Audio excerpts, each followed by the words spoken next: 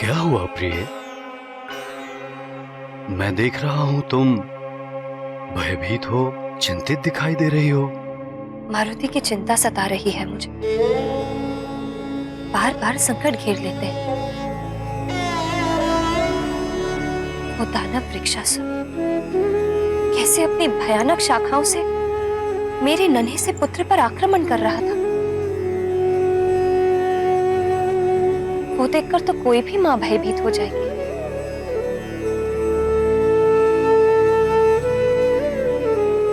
मैं भी अपने पुत्र की सुरक्षा के लिए चिंतित तो होंगी।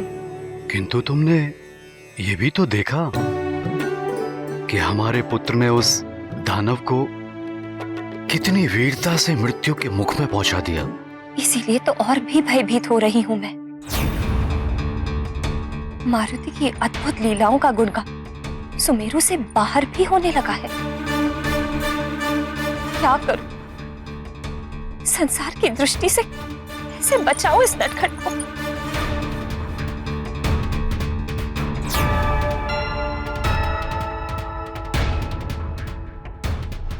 चिंता की आवश्यकता नहीं है प्रिय। मैंने मारुति की सुरक्षा की सारी व्यवस्था कर दी है। भवन के चारों ओर अतिरिक्त पहरेदारों की नियुक्ति की है और सबको निर्देश दे दिया है कि मारुति पर पूर्णतः दृष्टि बनाए रखें।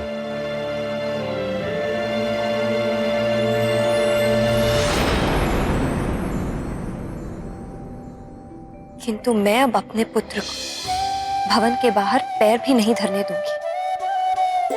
मैंने निर्णय ले लिया है कि अब मैं अपनी मारुति को अपनी दृष्टि से पल भर के लिए भी ओझल नहीं होने दूंगी। ये भवन ही इसका क्रीड़ा स्थल होगा। मेरी आंखें इसकी आठों पहर की पहरेदार होंगी। मेरा आंचल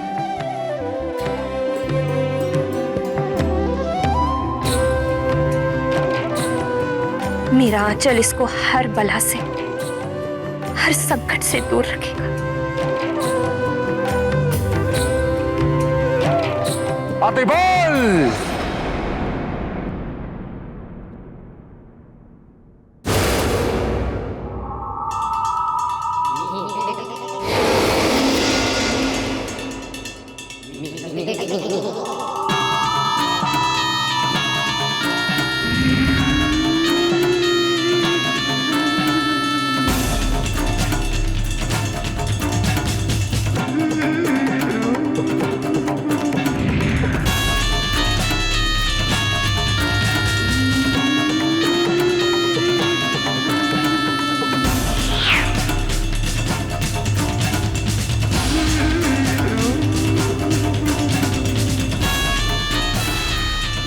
जय लंकेश, जय जय लंकेश। आपने किया स्मरण, मुझे नहीं लगा एक क्षण। उपस्थित है अतिबल, जिसमें है बल बल, बल बड़ा बल बल।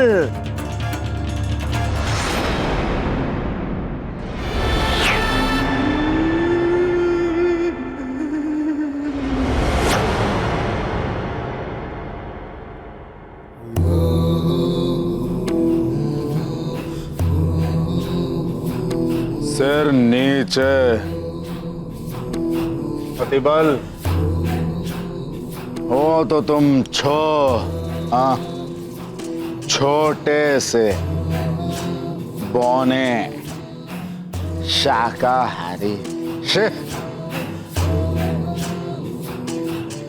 तुम्हें तो रसीले फल प्रिय लगते हैं। असुरों के नाम पर तो तुम धब्बा हो।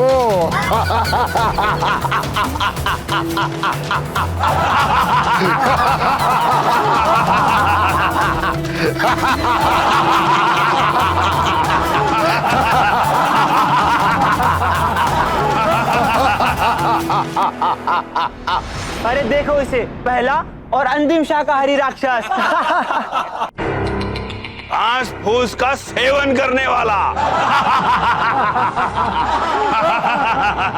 मांस का भक्षण किया होता तो बच्चे से बड़ा हो जाता ये। इससे बड़ा तो मेरा मुक्का है।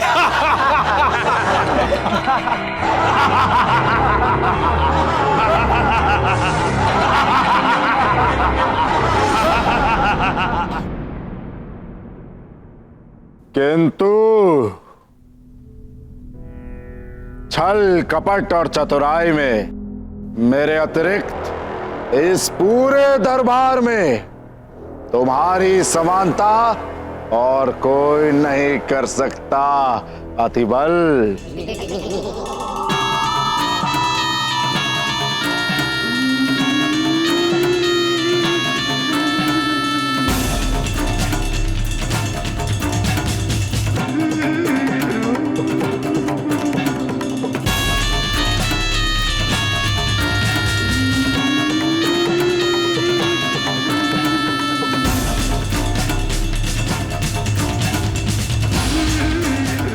लंकेश, मैं दूर से ही किसी के भी मन की बात अपनी शक्ति से भांप लेता हूं। जहां खड़ा होता हूं उसी वस्तु में ढलकर स्वयं को छुपा लेता हूं, चाहे वो पत्थर का स्तंभ हो या कोई सिंहासन। तुम्हारी इन्हीं विशेषताओं के कारण ही तो हमने तुम्हें यहां स्मरण किया है अतिबल। तो बताइए लंकेश, मैं अपने छल बल और चतुराई से धरती आकाश या पाताल में से किसका सीना चीरकर उसकी गुप्त योजनाओं का पता लगा के लाऊं? बताइए। तुम्हें आकाश और पाताल एक नहीं करना है अतिबल। तुम्हें सुमेरु जाकर यह पता लगाना है कि वृक्षासुर का वध जिस वानर बालक ने किया है उसके पीछे किस देवता का हाथ है।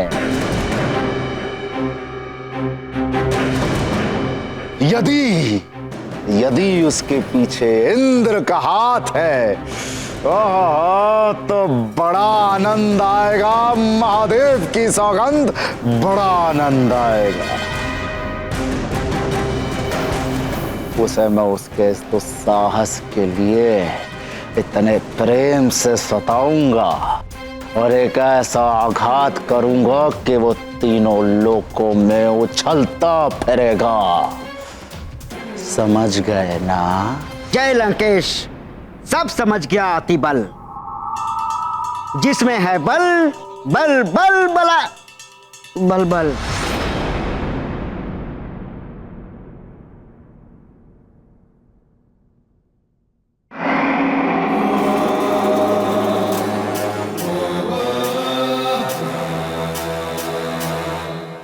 क्या समझे? यही प्रभु कि मुझे ये फल खाना है।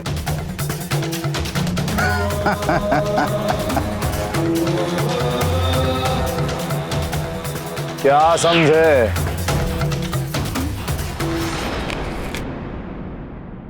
क्या समझे?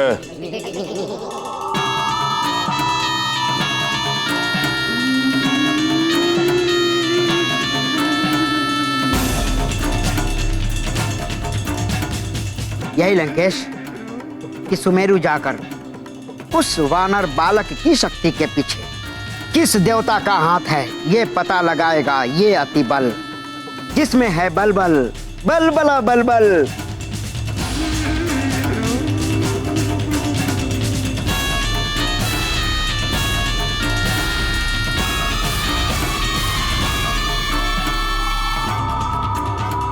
चला सुमेरु अतिबल। जय लंकेश। अब ध्यान से सुन लो तुम सब। आतंक, व्यभिचार और अत्याचार का डंका पूरी पृथ्वी पर गूंजना चाहिए।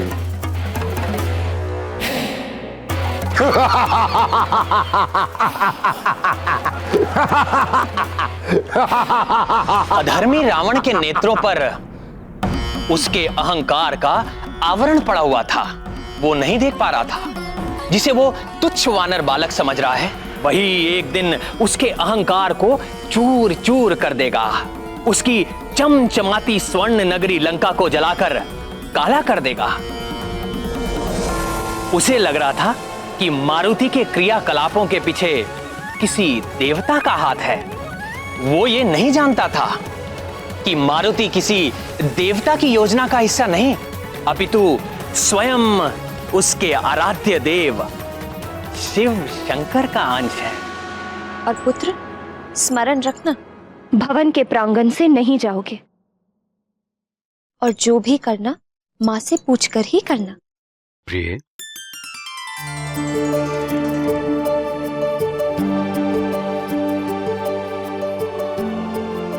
जी आर्यपुत्र।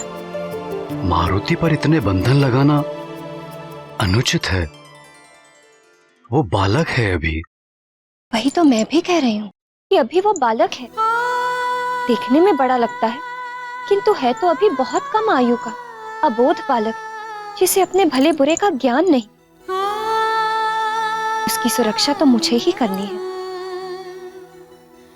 जब बड़ा हो जाएगा, आप अपनी इच्छा अनुसार उसकी देखभाल कीजिए, मुझे कोई आपत्ति नहीं होगी।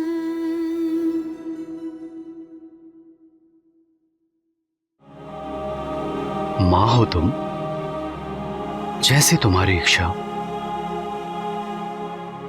और महाराज, आपके लिए संदेश है।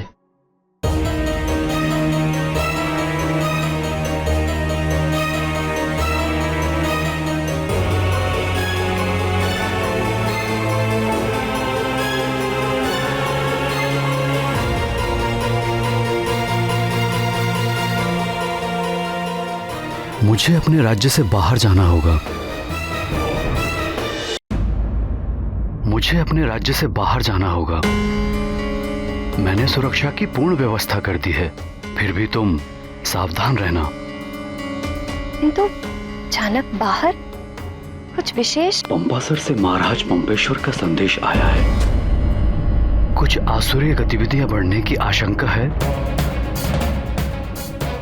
रावण छोटे बड़े असुरों को एकत्रित कर चारों ओर आतंक फैलाकर वानरों और मानवों को समाप्त करना चाहता है।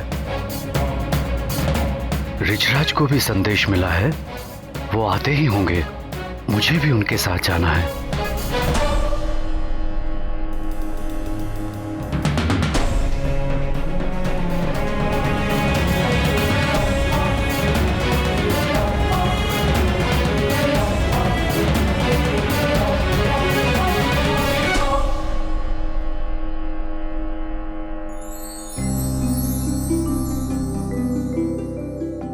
बस अब मारुति के नेत्रों में अंजन लगाना है।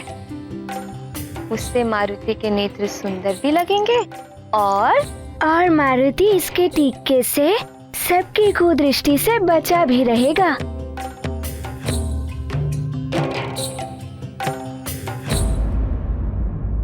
माँ, अब मारुति अपने मित्रों के साथ खेलने जाएगा, है ना माँ?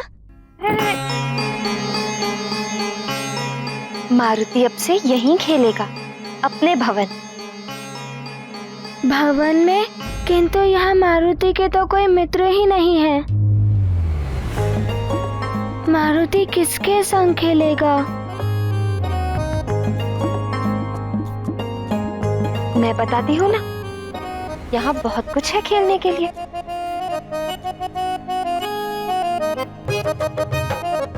आओ।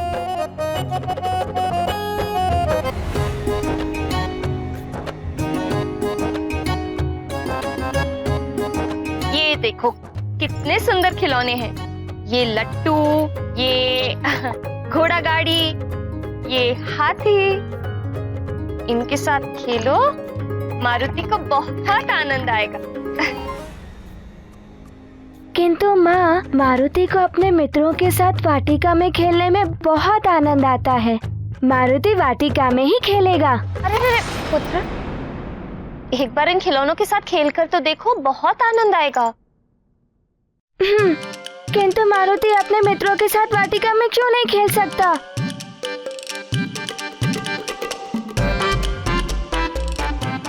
क्योंकि मारुति की माँ मारुति से बहुत प्रेम करती है।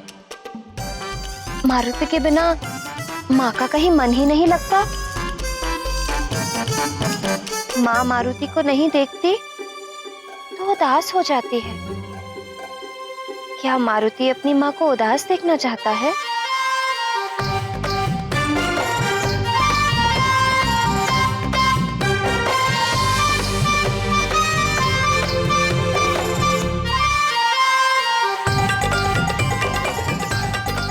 ठीक है माँ, अब से मारुति यहीं खेलेगा, किंतु आप कभी उदास मत होइएगा।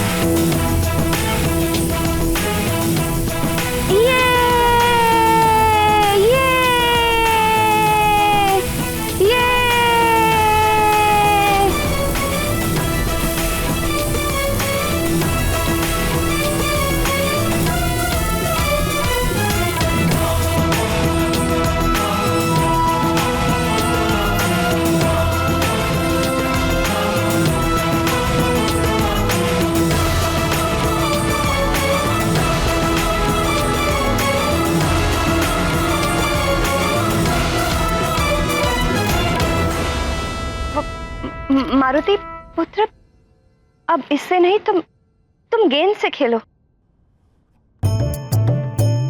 किंतु माँ, मारुति को लट्टू से खेलने में बहुत आनंद आ रहा है। पुत्र, इस लट्टू से देखो ना कितने स्थानों पर खरोंच और गड्ढे बन गए हैं। तुम गेंद से खेलो, तुम्हें बहुत आनंद आएगा।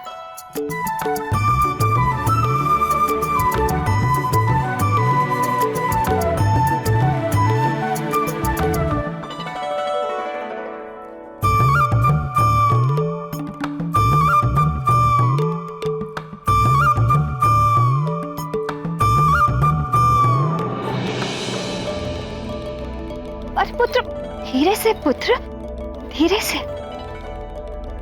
ठीक है माँ।